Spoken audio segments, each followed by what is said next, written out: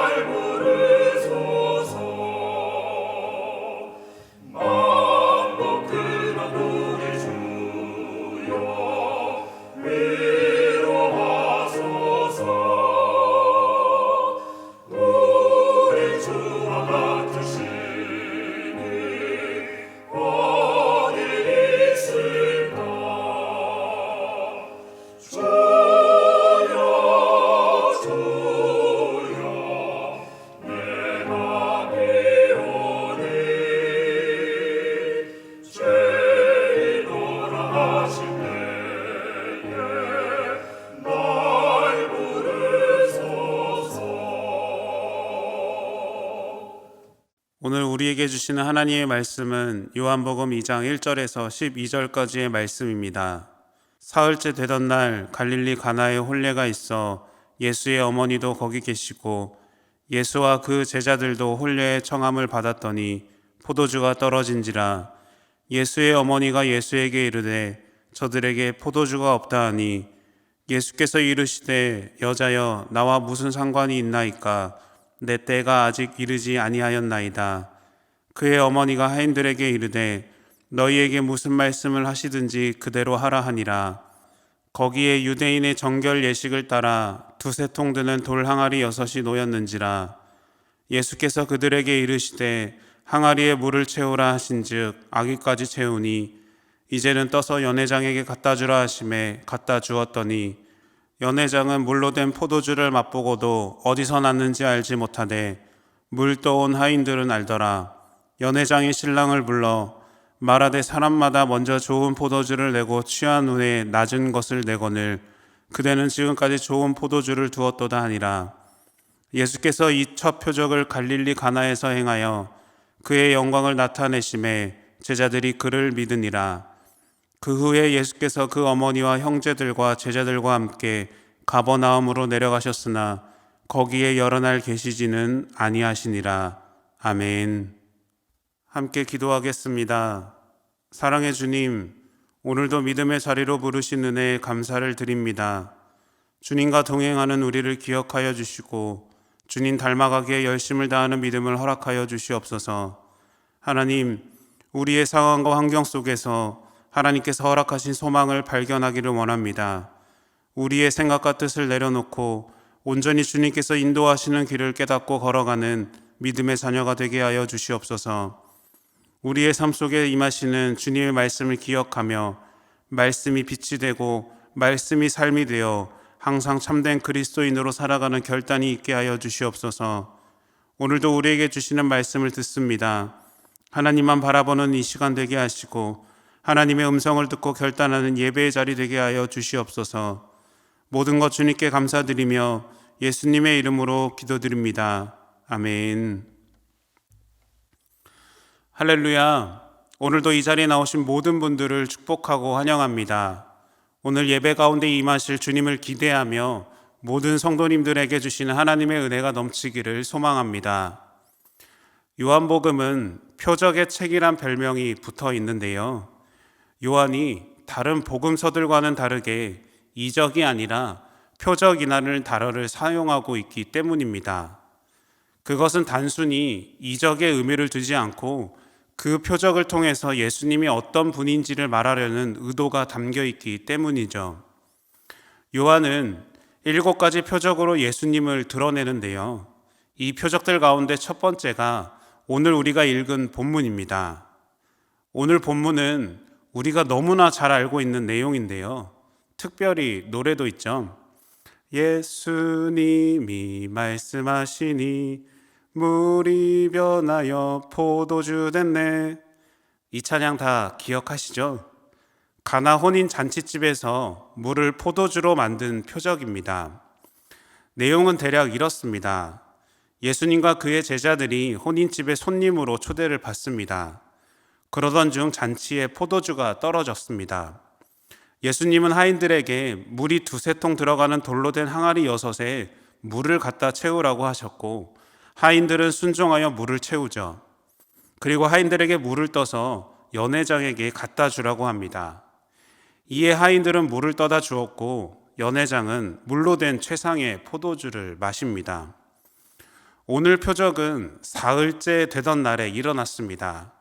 본문 1절은 우리에게 이렇게 말합니다. 사흘째 되던 날 갈릴리 가나에 혼례가 있어 예수의 어머니도 거기 계시고, 사흘은 3일이라는 뜻이죠. 요한복음 1장은 이튿날이라는 단어를 반복적으로 사용하고 있다가 갑자기 사흘이라는 단어로 가나 혼인잔치를 표현하는데요. 사흘, 어디선가 익숙하게 듣던 단어 아니신가요? 이 단어, 바로 예수님의 부활의 단어이죠. 오늘 가나 혼인잔치는 예수님의 부활만큼 중요한 표적이라는 의미가 담겨 있음을 우리는 깨닫게 됩니다. 예수님은 우리에게 수많은 표적과 기적, 능력을 보여주셨습니다. 바다와 바람을 잠잠케 하시고 병든 자를 고치시고 부족함을 채우시고 심지어 죽은 자를 살리기도 하셨는데요. 그에 반해 오늘 물이 포도주가 되는 표적은 조금 약한 느낌이 있죠. 그런데 요한은 왜 오늘 표적을 예수님의 부활만큼 중요하고 의미 있게 다루고 있을까요? 오늘 말씀의 핵심은 단순히 물이 포도주로 변하는 기적이 아닙니다. 오늘 표적을 통해 말씀하시고자 하신 것은 물이 변하는 것을 넘어서 새로운 삶으로의 변화를 이야기하는데요. 오늘 본문에서 우리는 눈여겨보아야 할 도구가 있습니다. 본문 6절 말씀입니다. 거기에 유대인의 정결 예식을 따라 2-3통 드는 돌 항아리 6이 놓였는지라. 돌 항아리는 정결 예식에 사용하는 도구입니다. 외출하고 돌아올 때 식사하기 전에 돌 항아리에 물을 받아서 손과 발을 씻기도 하고 그릇을 닦을 때 사용하는 도구인데요. 그런데 돌 항아리는 단순히 청결만을 위해 있는 도구가 아닙니다. 돌 항아리에 담긴 물로 손과 발, 식기 등을 깨끗하게 씻으면 자신들이 지었던 죄도 깨끗하게 씻겨진다고 믿었던 거죠. 마가복음 7장 3절에서 4절을 세번역 말씀으로 보면 이렇게 기록되어 있습니다. 바리새파 사람과 모든 유대 사람은 장로들의 전통을 지켜 규례대로 손을 씻지 않고서는 음식을 먹지 않았으며 또 시장에서 돌아오면 몸을 정결하게 하지 않고서는 먹지 않았다. 그 밖에도 그들이 전에 받아 지키는 규례가 많이 있었는데 그것은 곧 잔이나 단지나 놋 그릇이나 침대를 씻는 일이다. 그들 나름대로 만든 규례와 예식으로 자신들의 죄도 씻겨진다고 믿은 겁니다. 그런데요, 돌 항아리 6개에 담긴 물로는, 그리고 그들이 정한 행위로는 사람의 죄를 해결할 수 없다는 것을 우리는 알고 있습니다. 그리고 당시 숫자 6도 마찬가지입니다. 6은 완전수가 아니라 불완전을 뜻하죠. 이것은 사람의 생각으로는 완벽하고 가능하다고 여기지만 예수님이 보실 때는 의미가 없는 행위입니다. 그래서 예수님은 이 상황을 반전시키십니다. 예수님은 돌 항아리 물을 이제는 더 이상 씻는 물이 아니라 풍성한 잔치를 누리는 포도주로 바꾸셨습니다. 이것은 우리의 죄를 해결하고 변화시켜 주시며 새로운 생명을 주시는 분이 예수님밖에 없다는 것을 의미합니다. 예수님께서 변화를 주고자 하신 것은 인간의 노력으로 죄를 씻을 수 있다는 헛된 착각과 교만입니다. 헛된 것에 빠져서 헤매지 말고 우리의 주인 되시고 참된 소망을 주시는 예수님을 바라보며 살아가라고 말씀하고 있는 겁니다. 사람의 힘으로는 해결할 수 없는 문제가 예수님을 만나고 새로운 삶으로 변화됨을 보여주고 있는 겁니다. 그런데요, 이런 질문이 생겼습니다. 물이 변하여 포도주가 되는 표적은 일상에서도 가능한데 왜 예수님은 혼인잔치라는 특별한 자리에서 표적을 행하셨을까요? 여러분, 혼인이 무엇인가요? 혼인은 두 사람이 하나가 되는 의미인데요. 구약시대부터 하나님과 이스라엘은 신랑과 신부의 관계로 비유되어 왔습니다. 그런데 이 관계는 이스라엘의 죄로 인해 끊어지게 되죠. 하지만 신랑 되시는 하나님은 한결같은 사랑으로 신부 이스라엘을 기다리는데 이스라엘은 계속해서 하나님을 배신하고 죄의 길로 빠집니다. 그럼에도 하나님은 이스라엘을 기다리시며 하나님을 선택하는 길을 열어주시죠. 유대의 결혼 문화를 보면 신랑 될 사람이 잔치한 돈을 가지고 신부의 집으로 갑니다. 그리고 그 돈으로 며칠간 잔치를 벌이고 잔치의 마지막 날 신랑이 신부에게 포도주를 따라주는데요. 이때 신부가 잔을 받아 마시면 결혼을 하게 되고 마시지 않으면 거절이라고 합니다. 이런 과정 속에 신부가 허락을 하면 1년의 시간을 따로 보내고 신랑은 신부를 태울 마차를 준비해 신부를 데려가고 신랑의 집은 본격적인 결혼잔치가 벌어집니다. 여기서 중요한 것은 신부가 마신 포도주인데요. 신랑이 따르는 포도주를 마시면 둘은 결혼한 것과 동일한 효력이 발생합니다. 그래서 신부는 1년 이상 자신의 순결을 지키고 신랑은 다른 여인에게 가서 포도주를 따르거나 그 잔을 마시지도 않는다고 합니다.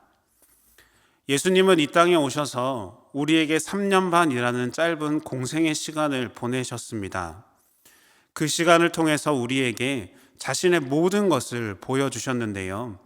제자들과 함께 먹고 자면서 표적과 이정을 행하셨고요. 영적인 가르침을 주셨고요. 순종과 섬김의 삶을 보여주시고 회복과 치유의 은혜를 주셨습니다. 그리고 마지막 식사의 자리에서 제자들의 선택을 요구하십니다.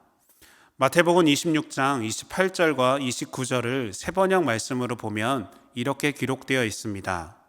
이것은 죄를 사하여 주려고 많은 사람을 위하여 흘리는 나의 피, 곧 언약의 피다.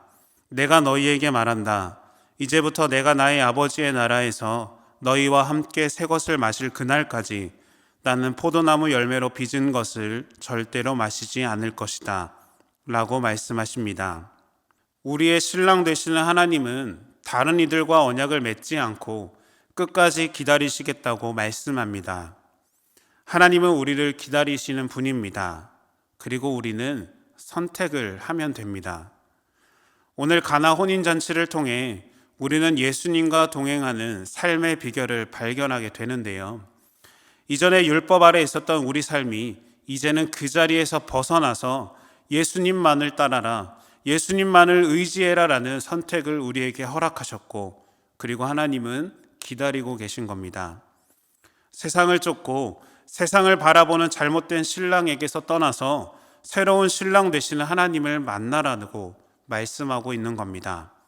그래서 우리는 새로운 삶, 은혜의 삶으로 살아가게 되는 겁니다.